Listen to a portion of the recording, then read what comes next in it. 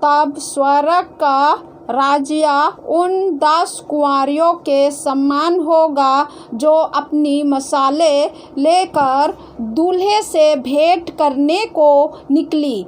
उनमें 5 मूर्ख और 5 समझदार थी। मूर्खों ने अपनी मशालें तो ली, परंतु अपने साथ तेल नहीं लिया, परंतु समझदारों ने अपनी मशालों के साथ अपनी कुप्पियों में तेल भी भर लिया। जब दूल्हे के आने में देर हुई तो वे सब ऊँघने लगी और सो गए। आधी रात को धूम मची, देखो दूल्हा आ रहा है, उससे भेंट करने के लिए चलो। तब वे सब कुँवारियों उठकर अपनी मशाले ठीक करने लगी और मूर्खों ने समझदारों से कहा, अपने तेल में से कुछ हमें भी दे दो, क्योंकि हमारी मशाले बुझी जा रही है। परंतु समझदारों ने उत्तर दिया, कदाचित यह हमारे और तुम्हारे लिए पूरा ना हो। भला तो यह है कि तुम बेचने वालों के पास जाकर अपने लिए मोल ले लो। जब वे मोल लेने को जा रही थी तो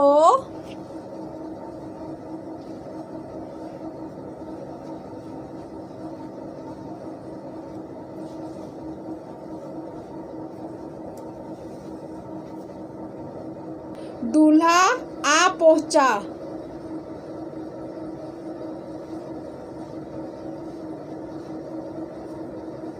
और जो तैयार थी वे उसके साथ विवाह के घर में चली गई।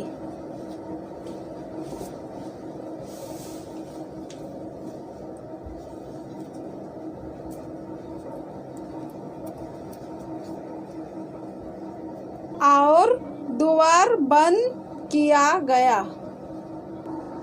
इसके बाद वे दूसरी कुँवारियों भी आकर कहने लगी, हे स्वामी, हमारे लिए द्वार खोल दे।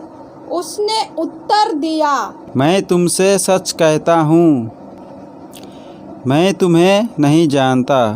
जैसे कि जितने भी भाई बहन हमारे साथ जुड़े हैं, देख रहे हैं, ये छोटा सा ड्रामा हमने किए हैं ताकि इस जैसे कि 10 कुंवारी जो थी वो 10 कुंवारी की जैसे कि हमें मालूम पड़े कि हम आत्मा से जाग रहे हैं या सो रहे हैं। एक स्वर्ग का राज्य एक दृष्टांत में जो यीशु मसीह हमें बताते हैं कि इस तरीक़ा से 10 कुंवारी जो थी वो क्या एक दूल्हे के लिए वेटिंग कर रही थी, रुके थे, लेकिन क्या किए वो दसों की दसों ने क्या किया, अपने आप को सुलाए। जैसे कि भाई और बहनों, जैसे कि अगर हम आत्मा से सो जाते हैं तो हमारा जीवन कैसे रहेगा।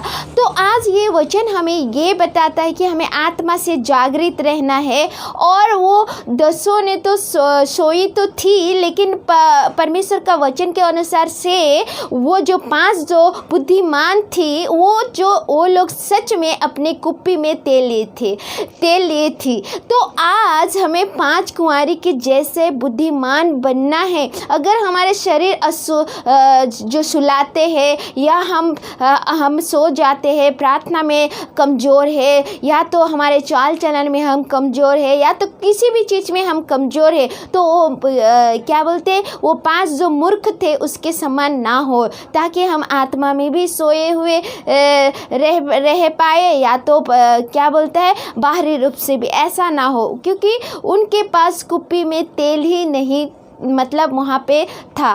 तो आज सोचिए, आज उनके पास तेल ही नहीं वहाँ पे कुप्पी में। तो आज सोचिए कि वो लोग क्या पवित्र आत्मा के चाल चलाई में चल रहे थे? नहीं।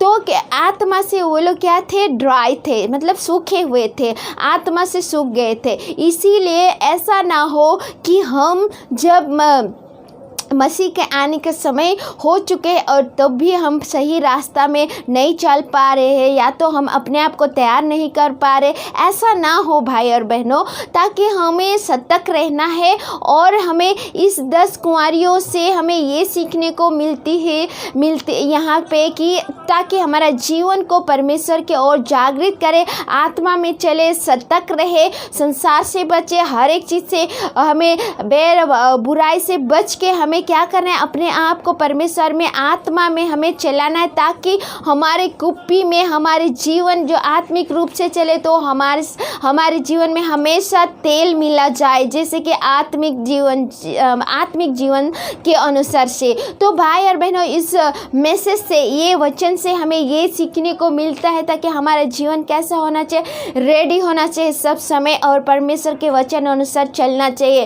ताकि आत्मा में जागृत होकर चलना चाहिए। हाँ भाई और बहनों, आज ये वचन हमें ये सिखाते हैं। तो इस ड्रामा से, हम छोटे ड्रामा से हम ये लोगों तक पहुंचाने की कोशिश करें, समझे, जागे और आत्मा में और परमेश्वर को, सच्चा परमेश्वर को ढूंढे और सही ढंग से चले। सच में कलीसिया के लोग जान रहे कि परमेश्वर आने वाला है, लेकिन ऐसा ना हो कि हम मूर्ख के समान बन जाए, ऐसा ना हो। तो भाई और बहनों, चलिए हम इसके लिए प्रार्थना करते हैं ताकि हम आत्मा से जागते रहे और परमेश्वर का वचन अनुसार चले मिलके प्रार्थना करते हैं। धन्यवाद खुदावन परमेश्वर पिता, आज के समय के लिए, और जितने भी हम लोग ने परमेश्वर पिता आपका वचन को लेके प्रभु, जो हमने एक परमेश्वर बताने के उदाहरण के अनुसार हमने जो ड्रामा किया, उसमें प्रभु आपके अनुग्रह और आशीष बनी रहे, और प्रभु लोग समझे और जागे और आत्मा के अनुसार से चलने के लिए सहायता कीजिए पिता परमेश्वर। अंधकार की शक्तियों को मैं तोड़ती हूँ यीशु के नाम से, बैर भाव को हम यीशु के नाम से तोड़ के परमेश्वर पिता आज सही जीवन के अनुसार जीने के लिए, चलने के लिए हमें मदद कीजिए, ताकि हमारे जीवन में, हमारे कुप्पी में हमेशा तेल मिला जाए, हम जागृत रहे पिता परमेश्वर। मैं धन्यवाद करती, जितने भाई बहन जुड़े उन सब के जीवन भी आपके परमेश्वर पिता चाल चलाए में चले, और परमेश्वर आपके वचन अनुसार जितने भी देखे, सब कोई को मैं धन्यवाद प्रभु आपके हाथ में सौंपते, उनके जीवन को, उनके घर परिवार को, ताकि इस वचन द्वारा, इस ड्रामा द्वारा उनके जीवन बदल जाए इस वचन द्वारा, और परमेश्वर आप ही को महिमा दे। ये हमारे प्रार्थना परमेश्वर यीशु के नाम से मैं मांगती हूँ, आमीन। और जितने भी भाई बहन हमें देखा सुना, प्लीज़ आगे तक इस वीडियो को शेयर कीजिए, ताकि लोग जाने और परमेश्वर का राज्य को और तैयार रहे, और परमेश्वर को ही ढूंढे और आत्मा से तैयार रहे। तो भाई और बहनों, सब्सक्राइब करना मत भूलिए, बेल आइकन को दबाइए, और ताकि दूसरा वीडियो हम लोग अपलोड करें तो वो भी आप लोग को मिला जाए। जय मसीह की।